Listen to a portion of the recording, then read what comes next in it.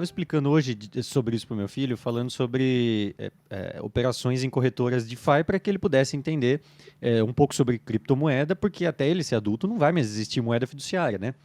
E aí ele perguntou por quê. Eu falei, bom, e aí expliquei mais ou menos do Império Romano o que acontecia, que eles pegavam o ouro, derretiam a moeda, colocavam alguma porcaria no meio e recolocavam a moeda. Ele falou, não era mais fácil só imprimir? Eu falei, é o que eles estão fazendo hoje, a falsificação da moeda está sendo feita dessa forma, né? E hoje nem mais é impressão, né? É só apertar um botãozinho assim. Mas o que eu queria... Por que eu toquei nesse assunto, né? Para o pessoal que acompanha aqui e não está muito acostumado com os termos, e a gente fala em imprimir dinheiro, expandir base monetária e tal, eu queria que você explicasse para eles quais são os efeitos na vida prática assim, das pessoas, né? Pouco tempo atrás, mentira, em 1994, acho que o Ben Bernanke, que era presidente do Fed, e ele falou que o Fed estava atuando para suavizar os ciclos econômicos, né? Aqueles momentos de como que fala? Investimento e desinvestimento, né? Recapitalização. E ele falou que estava tentando suavizar isso. Uns anos depois, o outro lá, o O Alan de barba Greenspan? lá, Não, o Alan Greenspan estava em 94, quem? né? Você ficou muito enganado. O presidente do Se- banco do Fed Será que era eu o tô Alan Greenspan. confundindo o Bernanke e o O outro? Bernanke veio depois de 98, Isso. né? Alguma coisa assim, né? Então acho que Começou foi o nos Bernanke. 2000. Então foi o Bernanke que começou a falar a respeito de não mais suavizar as curvas, mas evitar as curvas. Então, quais mecanismos o Banco Central usa para evitar essas curvas e aí por que isso é menos para eles, né? É engraçado, porque o argumento para a criação do Federal Reserve, e na cabeça dos ideólogos e dos teóricos que conceberam essa instituição, era exatamente acabar com os ciclos econômicos. Essa era a meta, porque os ciclos econômicos eles traziam a economia de volta para a realidade sempre.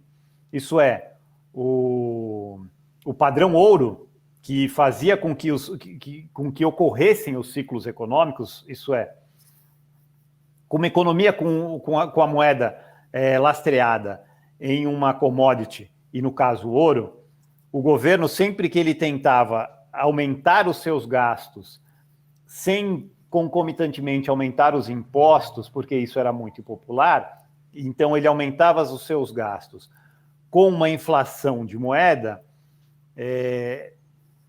ocorria o efeito dos ciclos econômicos, e isso era mais danoso até do que para o governo, inclusive, do que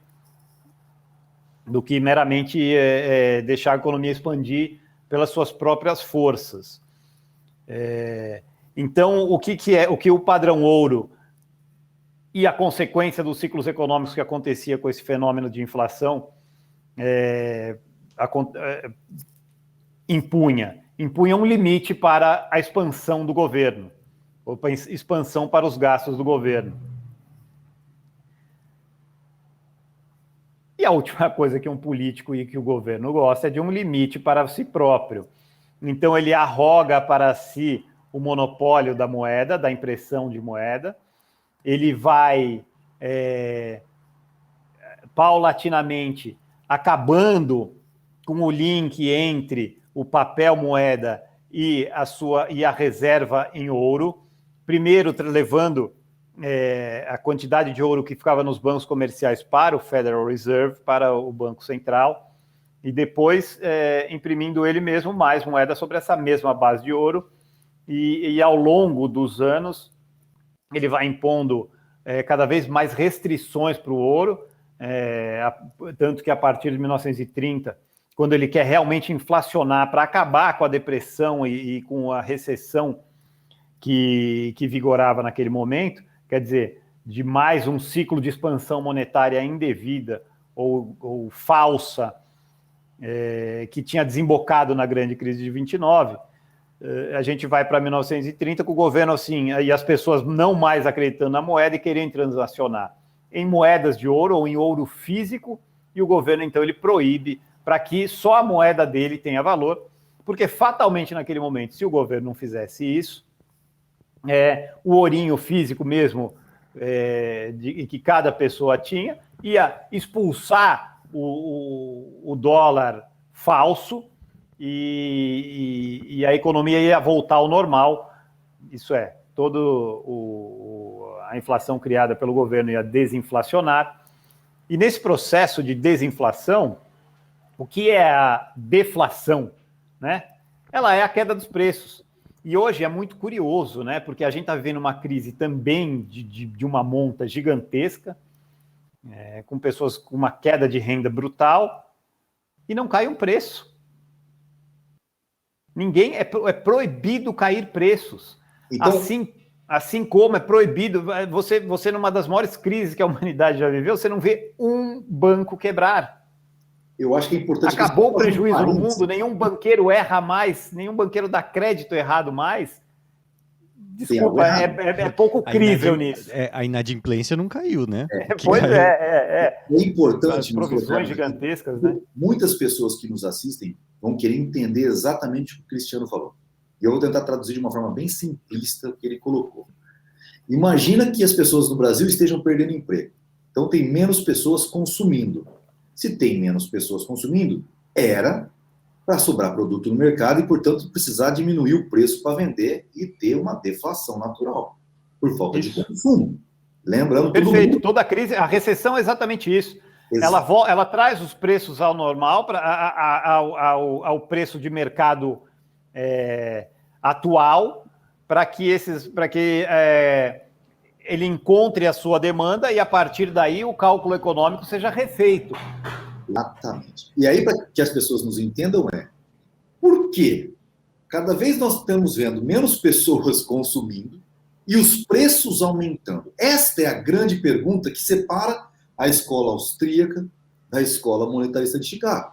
Para que as pessoas entendam muito bem, porque quando você mexe na base monetária, você faz uma lambança com o dinheiro que ninguém sabe se está ganhando ou perdendo. Vou colocar uma conversa aqui que eu tive agora no jantar com a minha esposa. Poxa, eu precisava pensar em lançar mais um empreendimento. Pô, tem um terreno ali que fulano de tal me ofereceu, dá para ganhar 3 milhões de reais em 2 anos, vai, num empreendimento desse, né, líquido. Aí ela falou, nossa, 3 milhões? Eu falei, nossa, 3 milhões, né? Não dá nem $1 milhão. Aí que ela foi cair em si. E aí eu falei assim, é pior, Fer, eu nem sei se $1 milhão hoje tem lá muito valor. Porque o mundo inteiro tá assim. Eu falei assim, o problema hoje do empresariado, das coisas assim, nós não sabemos hoje, quando a gente fatura alguma coisa, se nós ficamos mais ricos ou mais pobres. Este é o problema da escola monetarista. Eu sei que não é uma questão de culpa só do Brasil. O mundo está vivendo o resultado de 50 anos da experiência de 71. E a gente sabe disso. Mas, e nós que mexemos na construção civil sabemos muito mais que os outros, não por termos estudado, mas por vivermos isso dia a dia. Isso está no nosso dia a dia. E eu te pergunto, Cristiano, não era... E eu, olhando para os índices hoje do mercado, dólar caindo, peso caindo, euro caindo, até o Bitcoin estava caindo, até a Bolsa estava caindo também, a hora que eu vi, como se o real estivesse se valorizando. Me parece que quando o mundo está surtado, entrando em crise, basta você fazer menos besteira que o resto do mundo para que você se saia melhor. Você não precisa nem ser mais... Não tenho dúvida. Não tenho dúvida. É evidente que uma hecatombe mundial, Brasil, seria arrastado junto, isso é inevitável. Mas eu falava isso no começo do governo Bolsonaro. A gente partia de uma base muito mais interessante do que o resto do mundo que embicava numa recessão. Concordo. E aquele momento era fantástico para o Brasil, porque a nossa crise foi muito antes do resto do mundo. Enquanto o resto do mundo vivia uma exuberância, o Brasil vivia uma das piores crises da sua história, a partir de 2014 com a Dilma.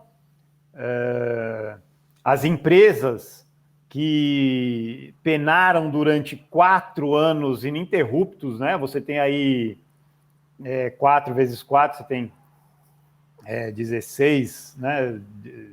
16 trimestres, acho que, de prejuízo, milhares de empresas, todas as empresas de capital aberto. ao mesmo tempo que essas empresas foram fazendo a lição de casa. Isso é, limparam os seus balanços sujos que vinham vindo da exuberância. Então, eu pego um exemplo, por exemplo, dá para citar aqui sem problema nenhum, uma BR Malls da vida, que na exuberância, qual era a lógica deles? Vamos fazer volume, né? Vamos ganhar escala, e foram comprando qualquer bodega, qualquer shopping sem vergonha por aí. Não e só quando isso, construindo também. Construindo e comprando e construindo qualquer shopping sem pé nem cabeça. E quando veio a realidade, isso é, acabou a farra de crédito, esses shoppings não davam menor retorno. Exato. Se mostraram péssimos negócios e elas passaram desses 4... A empresa, por exemplo, a Malls passou 4 anos liquidando esses mal ativos, reduzindo, liquidando basicamente seu endividamento, porque comprou tudo com dívida, né? Então, assumiu aí um pedaço de prejuízo e foi liquidando. E isso, para exemplificar a BR Malls, se você pegar, acho que qualquer balanço dessa época, você vai ver o mesmo fenômeno de redução, de acompanhar esse período, de redução do endividamento das empresas, reforço de caixa. Então, elas estavam entrando em 2018 já com um balanço extremamente sólido. Nós tínhamos um programa de governo de uma austeridade fiscal muito grande, então você teria uma apreciação da nossa moeda, sem dúvida nenhuma. E o que aconteceu acabou sendo... E a crise que apontava no resto do mundo, ela ia olhar para o Brasil e ia ser um porto seguro. Ia ser pelo menos quando todo mundo é feio, a bonitinha vira musa, né? Vira Miss Brasil. Então o Brasil ia ser mais ou menos esse caso. Se você gostou desse corte, tem que ver o que sai ao vivo. Então deixa o seu like, compartilhe e se inscreve para não perder os próximos vídeos.